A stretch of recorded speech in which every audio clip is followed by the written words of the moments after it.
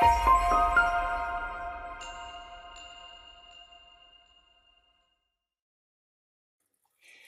everyone, this is Jane with Barlow Herbal, and in this video, I'm going to cover some information about a little known native North American shrub, and that is black haw, H-A-W. Now, black haw is in the honeysuckle family, and it's also known as Viburnum prunifolium. So this is a plant that if you are an herbalist, especially one who loves all the old hundreds and thousands of year old remedies, things that have been used by the indigenous people all around the world, or you're a gardener, you love to have different things in your yard and you understand where they go, then you might be familiar with black haw.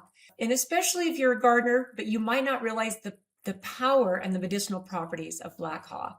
So about 20 years ago, I was talking with a doctor who had newly found Barlow Herbal, and we were having this great conversation about the protocol and the herbs that he's been using for women's health in his practice.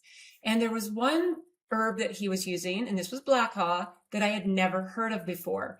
So because of that conversation and this protocol that he was doing to help thousands of women in his practice for decades, I started making a black haw tincture. So we've been making it for the last 20 years. It's in our women's bundle. And it's one of those tinctures that once you learn about the powers of this plant, it's a really beautiful thing to have in your life, not just for women, but for men as well. In fact, we have had it in our women's protocols almost exclusively. So I'm really excited to share information with you about this because there are many reasons that men can benefit from this as well, which is amazing. So the part of the plant that you use and all the high medicinal magic is in the bark. So the bark on the twigs, and this is where they mostly will use it. The twigs of the plant and even the bark on the roots, but it's mostly on the twigs. This is a fast growing shrub.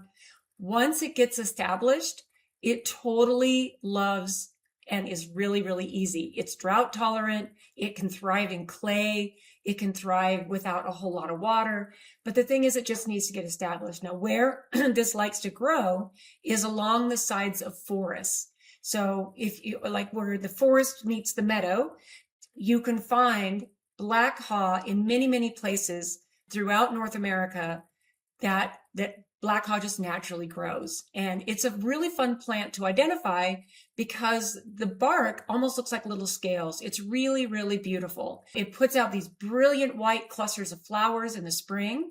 And then in the fall, it puts out these beautiful dark, dark purple berries that turn black. So the berries are edible. They're not really used a lot by humans, but they are edible. The birds love it. So if you decide to plant a black haw shrub in your yard, just be prepared. It's going to bring a lot of birds and maybe little animals who can eat the berries. Now, the berries are edible, but mostly by animals. The leaves are not edible, but the leaves make it very easy to identify, as well as the bark. So really what you're looking for, the part of the plant that you use with black haw is the bark. And I have made my own tincture for now a couple of decades.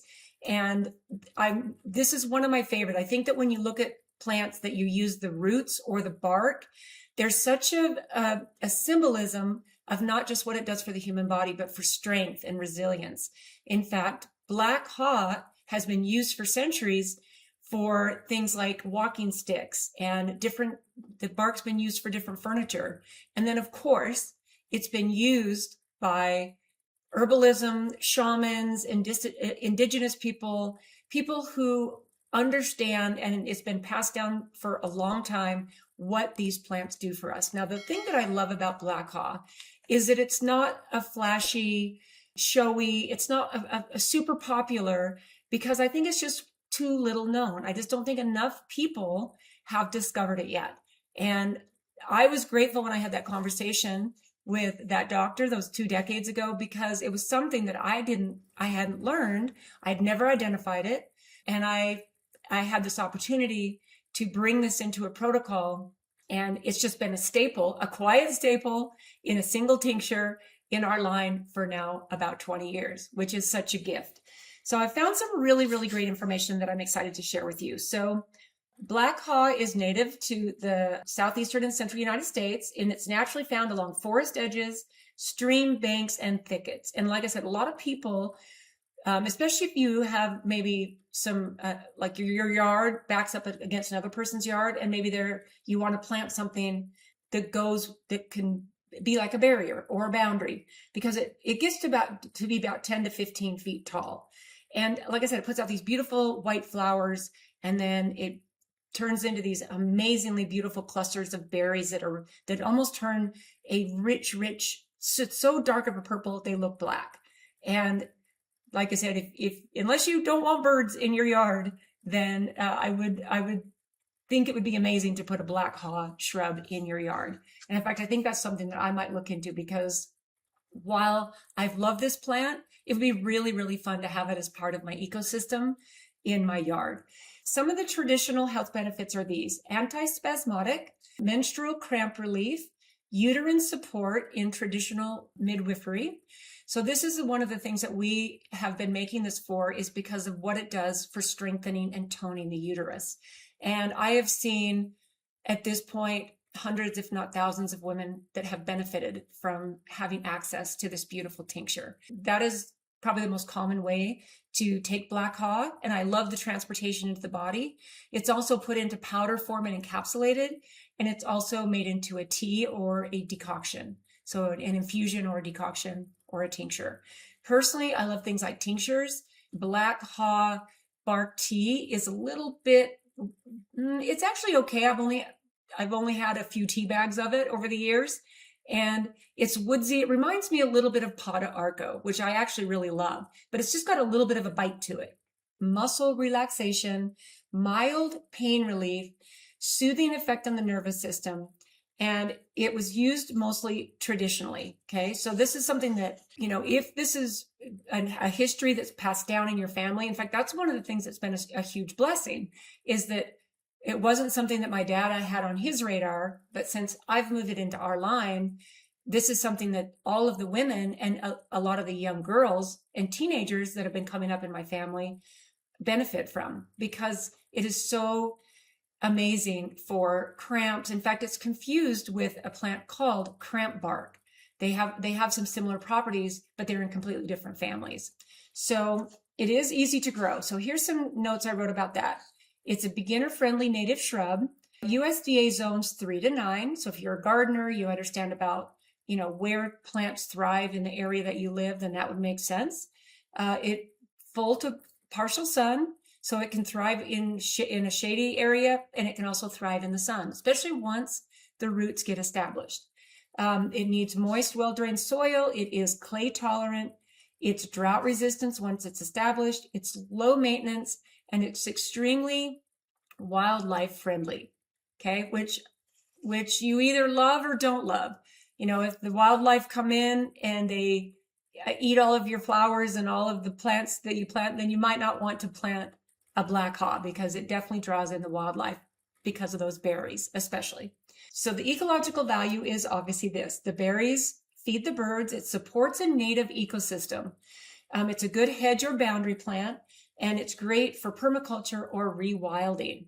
So if you have a big piece of property, or maybe you volunteer someplace where you're rewilding an area, this is a really, really beautiful plant to do that, because of the deep ecosystem that it supports, which I really love. So there is some really beautiful traditional mystical folklore that I found out about this plant that is really, really fun to share. So it's seen as a protector plant. It's associated with calm, holding, and endurance. And it's known in symbolism as a womb guardian, because it helps, what I've seen it help women maintain a pregnancy when there's been a threat of miscarriage. And this is really what this is known for.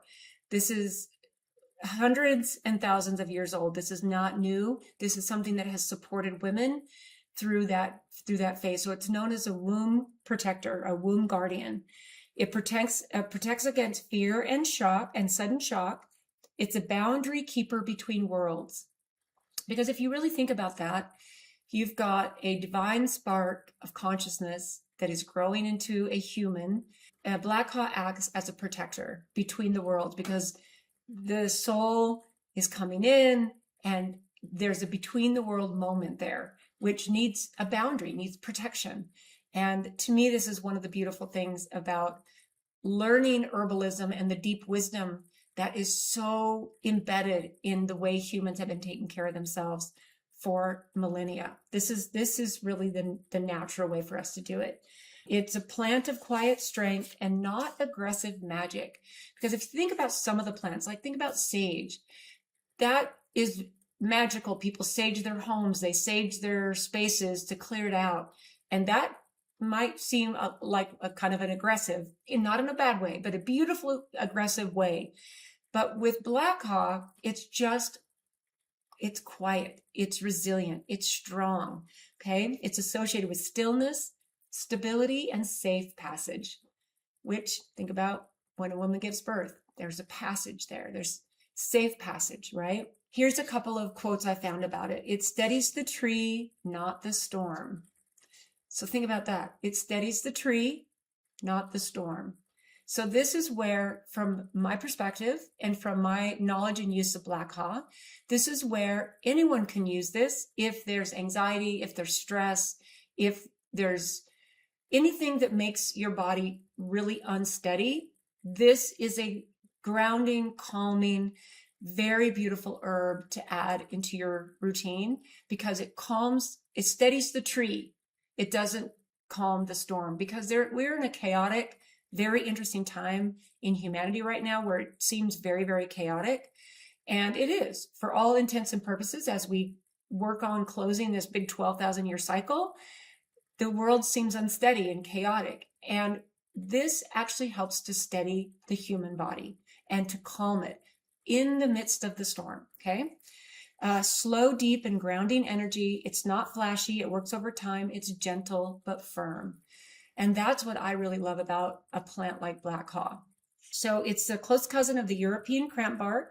The berries turn a dark purple, almost black, and it grows best on the forest edges, which basically symbolically means it's symbolically liminal. So think about the symbolism of where it grows around the boundary of a forest. Plants are so full of wisdom in the tiniest little hints of what they do. So from my experience with this over all these years, this is something to maybe add into your nutrition routine, your supplement routine. If you are in a position, maybe you're in a job, maybe you're in a family situation, maybe you're just really dealing with the energies of the planet the way they are right now, let this be a steady calm for you, where you just add it into your routine once or twice a day, and this helps the body to remember how to soften, release, and return to its own rhythm, which I really love. So this is a plant that has a reputation of working gradually and deeply. I really love that. And it's known for its ability to support the body during times of strain, transition, and vulnerability. Because if you think about not just women in times of childbirth and actually growing a baby, vulnerable. We are strong, we are built for this, but this is a vulnerable, protective space. But also for any human, any child, any man, anyone who's on this planet who has times of vulnerability. It also carries a little bit more of quiet folklore that I think is beautiful. Because of its association, calming spasms and supporting childbirth, it has become known as a protector plant, especially during moments when the body or spirit needs holding rather than pushing. So sometimes we don't need to be pushed, we just need to be held, which this is a beautiful thing about what these plants do. In plant lore, black haw is sometimes described as a guardian of boundaries, steadying fear, helping things stay in place, and offering calm during uncertainty. Its energy is not dramatic or forceful, but patient and reliable, and the kind of strength that holds rather than fights. So I would say that if this is a plant that you've maybe never heard of, maybe you've seen it in our catalog, maybe you've come across it on our website, but it's just never been anything that kind of piqued your interest, do a little bit of your own due diligence and see what you think about the beautiful, beautiful, amazing black haw. It's something that I believe if you are a woman, you're going through whatever phase of life you're in, this is a really important plant to have in your herbal apothecary. But I also believe if you're any human being, whether that's woman or man, this is an important plant to have to keep us calm, steady the tree, regardless of the storm that's raging. So I'd love to know if you have this in your garden. Is this something that you're familiar with? You love it? Maybe you didn't know that it carried the power punch of medicinal benefits that it does. So let me know what you think about this, and thank you for tuning in. We will see you next time.